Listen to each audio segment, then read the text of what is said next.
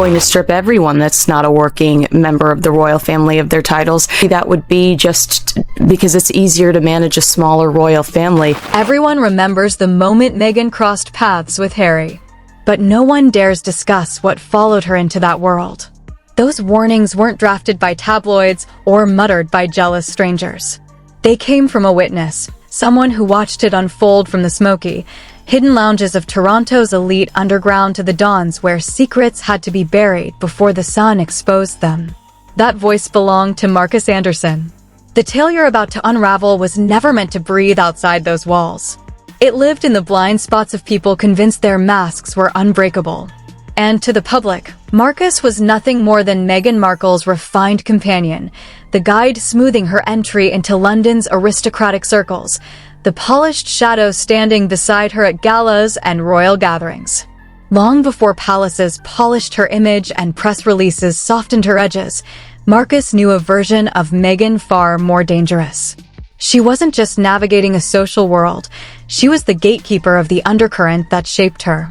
That undercurrent was Soho House. Not a lounge, not a members' club, but a fortress where influence ruled and consequences dissolved. Behind its velvet shadows, reputations weren't earned, they were bought, traded, or destroyed. Secrets didn't leak, they bled quietly into the floors. And in that hidden ecosystem, Meghan wasn't the aspiring actress the world imagined, nor the duchess she would one day become. She was the orchestrator, the pulse that kept the nights alive. She knew the numbers to dial, the favors to pull, the exact ingredients required to keep the elite intoxicated with comfort. She didn't drift through the nights, she engineered them. The laughter, the bubbles, the whispers, the illicit thrills, all curated, all controlled. Nothing escaped her perimeter. That was her power. And Marcus? He was the shield that ensured curiosity never crossed the line. So when Prince Harry stepped into her orbit, Meghan wasn't discovering excess, she was fluent in it. Toronto's most discreet circles already understood her presence, the woman who entered a room and instantly commanded its gravity. She didn't merely win people over, she dismantled their defenses. When Harry arrived in 2016, the spark between them wasn't just romance, it was liberation. Away from the suffocating gaze of the monarchy, she offered him something he hadn't tasted in years: invisibility. And invisibility, as Marcus Anderson would later hint, always carries a cost. Because tucked behind the smiles, the charm, and the picture-perfect love story, there was a different kind of bond forming. One built not on destiny, but on danger. Marcus saw it all. The nights that never made the headlines, the runs that were quietly covered, the favors that cost more than money. He knew that if the truth of those Soho House days ever surfaced, it wouldn't just change Meghan's story, it would rewrite the royal one entirely. And that's where our story begins. Not with the wedding or the palace, but with the secrets Meghan Markle brought with her long before she became a duchess. The year was 2016. Meghan's Hollywood dreams had given way to something bigger. She wasn't just an actress anymore. She was the social heartbeat of Soho House Toronto, the elite playground where actors, politicians, and billionaires came to. Let go. Phones were banned. Questions were never asked. And when the night started to fade, Meghan was the one people turned to because she could keep it alive. She knew the right people, the right rooms, and the right powder to keep the laughter going. Behind closed doors, insiders say the real menu was much sharper. Of cocaine delivered in secrecy, arranged without questions. And Meghan, according to those who partied with her, wasn't a bystander. She was the connector, the one people trusted when the night needed fuel. She didn't just know who wanted what. She knew how to get it, how much, and how to make sure it arrived discreetly. Her value in that circle wasn't beauty or charm. It was access. Behind those velvet doors, Meghan became untouchable. She knew which rooms to enter, which names to drop, and when to smile and disappear. And at the center of it all stood the man who ran that world, Marcus Anderson. He saw Meghan's rise up close. He watched how she charmed, how she managed, and how she built a network strong enough to protect her from the fallout that night in Toronto could have caused. I'll soon tell you what I mean by that night in Toronto and what happened. So, What Marcus knew and what he chose to stay silent about was how Meghan played both sides. The image of the humanitarian and the woman who could keep a night running long after midnight no matter what it required. And that's where the story truly begins. Because once Marcus opened the door to Soho House, Meghan's life stopped being a secret. It became a performance, one where indulgence, influence, and danger all shared the same stage. And finally, let me tell you about the Toronto night where everything went wrong. Toronto 2016. Prince Harry had flown in quietly to see Meghan. No press, no photographers, just a private visit meant to stay hidden from the palace and the tabloids. But according to those close to the circle, that night didn't stay simple for long. It started like a gathering among friends. Private room, music low, drinks flowing. But behind the laughter, something else was happening. A run, as Toronto's nightlife called it. That word didn't mean a late-night drive or a party hop. It meant indulgence, substances, secrets. Meghan, insiders claimed, wasn't just there to enjoy herself. She was the one who made things happen, arranging, connecting, ensuring everyone had what they wanted. It was the same pattern that had followed her since her wedding in Jamaica. The one where she rolled over 100 joints for her guests. Remember, control the atmosphere, manage the night, make people feel safe while they cross the line. Then came the whisper that changed everything. Princess Eugenie, Harry's cousin. Her name floated through the air, not because she was there, but because someone mentioned she was supposed to be. The thought alone was enough to send panic through the room. If even a rumor tied a royal's name to a night like that, it could destroy more than Meghan's reputation.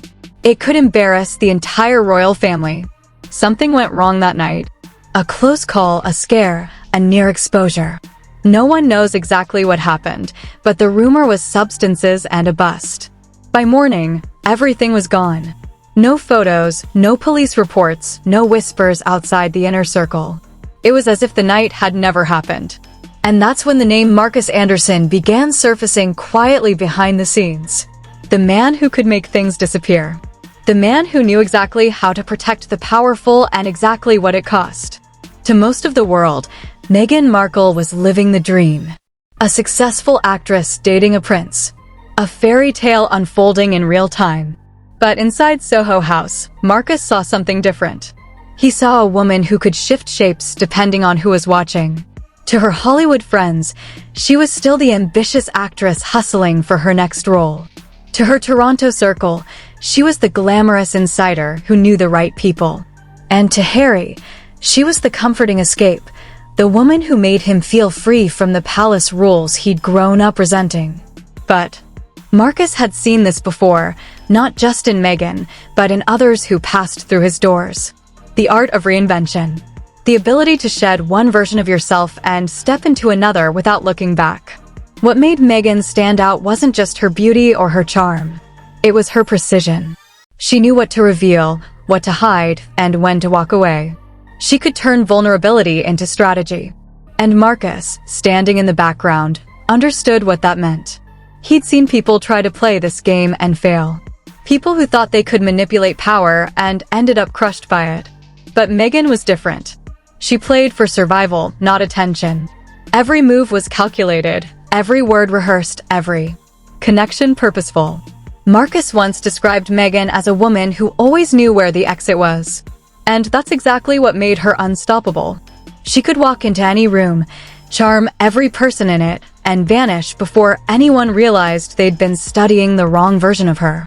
Behind closed doors, Meghan was mastering the same skill Marcus had spent years perfecting, the power of discretion. Together, they formed a quiet alliance built not on friendship, but on understanding. Marcus provided the access, Meghan provided the performance. And in the world of Soho House, that combination was pure power. When Meghan met Prince Harry, she didn't just meet a prince.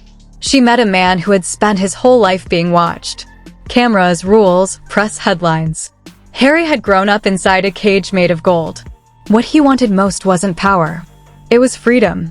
And that's exactly what Meghan offered. Around her, Harry could breathe. She made him feel safe from the spotlight, convinced him that he could finally live like an ordinary man. But what Harry didn't realize was that Meghan knew how to create that illusion. She had done it before. For actors, for elites, for friends at Soho House, she could build a world that felt free while quietly controlling everything inside it. Marcus Anderson saw that shift long before the palace did. He saw how Meghan guided Harry through Toronto's hidden corners, where everyone knew the rules, but no one spoke them aloud. Marcus watched as she became not just Harry's girlfriend, but his protector, his secret keeper, and in time, his manager. Inside that balance between freedom and control, Meghan found her power. And Marcus Anderson, who'd seen her orchestrate a 100 quiet nights in Toronto, recognized the pattern immediately. This wasn't just romance. It was strategy, a partnership built on secrecy. As Meghan's relationship with Harry grew, people around her began to fade. Friends from Suits stopped hearing from her. Old contacts in Toronto no longer got invitations. Even family members, the ones who'd known her before the spotlight, were quietly cut out. It was as if Meghan had taken a pair of scissors to her past, trimming away every name that didn't fit the new story. Marcus Anderson noticed it. The sudden distance, the unanswered calls, the friends who whispered, she just disappeared. He'd seen it happen before, but never this completely. Every trace of Meghan's old life, the nightlife, the parties, the people who'd seen behind the curtain was wiped clean. Her social media pages changed tone. Her photos grew softer. The captions turned poetic, wholesome, royal ready. The woman who once hosted wild, private gatherings at Soho House was gone. In her place stood a duchess in the making. Marcus knew it wasn't an accident. It was a system. Meghan didn't reinvent. She erased. She built a new version of herself every time she crossed into a new world. And she made sure no one could drag the old version back into the light. For Marcus, that realization came with unease.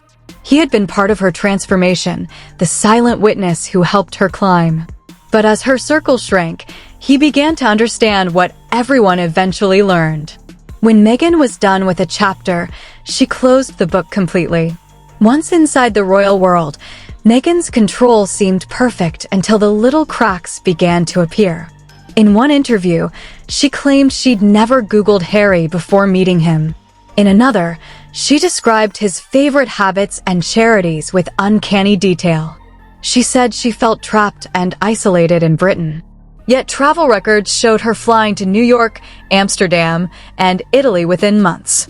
Each contradiction was small, but together they painted a strange picture. The truth was bending. Even the royal family began to quietly adjust their tone.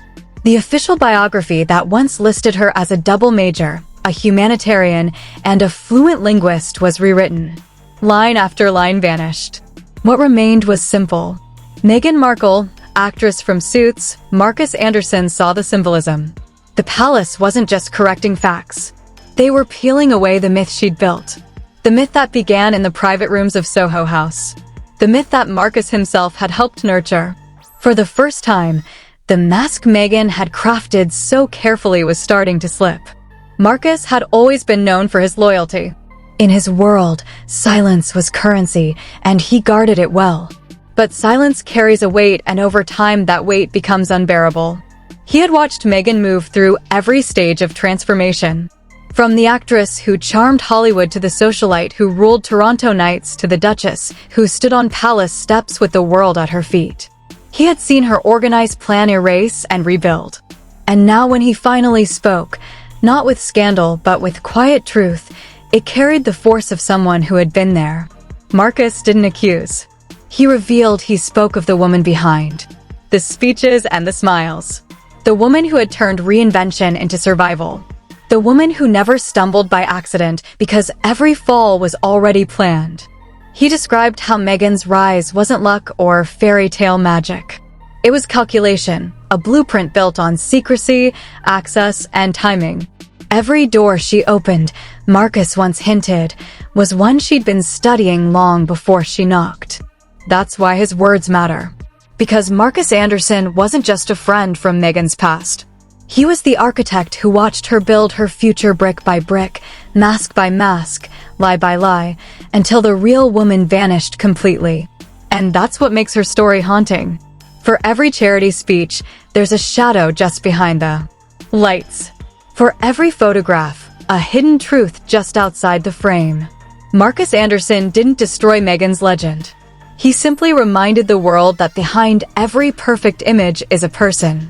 And behind every person, a story no one was ever meant to tell.